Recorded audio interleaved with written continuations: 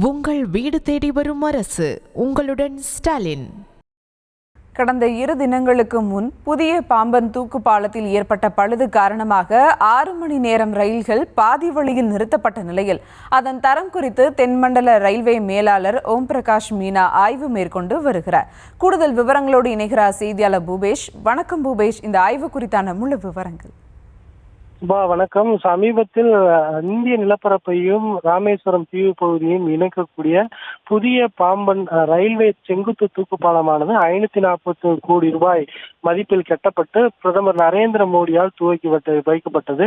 இந்த பாலமானது துவங்கிய நாளிலேயே செங்குத்து பாலம் சாய்வாக இருப்பதாக ஒரு சர்ச்சை எழுந்த நிலையில் அது மீண்டும் சரி செய்யப்பட்டு ரயில் போக்குவரத்து துவங்கியது. இந்த நிலையில் கடந்த செவ்வாய்க்கிழமையன்று அந்த புதிய செங்குத்து ரயில் தூக்கு பாலத்தின் பழுது பார்க்கும் பணியின் போது அதில் பழுது ஏற்பட்டதன் காரணமாக 6 மணி நேரத்திற்கு மேலாக ரயில்கள் இருபுறத்திலும் நிறுத்தி வைக்கப்பட்டது பெரும் அதிர்ச்சியை ஏற்படுத்தியது. இந்த சூழலில் மீண்டும் அந்த பழுது சரி செய்யப்பட்டு அதே பாலத்திலே இயக்கப்பட்டு வரக்கூடிய சூழலில் பாலத்தினுடைய உறுதித்தன்மை குறித்து தென்மண்டல மேலாளர் ஓம் பிரகாஷ் மீனா புதிய செங்குத்து தூக்கு பாலத்தில் தற்போது ஆய்வு பணியை மேற்கொண்டு வருகிறார். எதற்காக இந்த பழுது ஏற்பட்டது, இது எவ்வாறு சரி செய்ய வேண்டும் உள்ளிட்ட பல்வேறு கோணங்களின் அடிப்படையில் இந்த ஆய்வானது மேற்கொண்டு வருகிறது.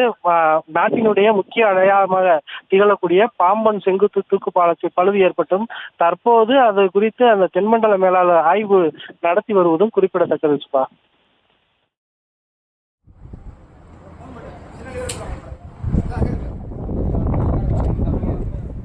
விவரங்களுக்கு நன்றி பூபேஷ். உங்கள் வீடு தேடி வரும் அரசு. உங்களுடன் ஸ்டாலின்.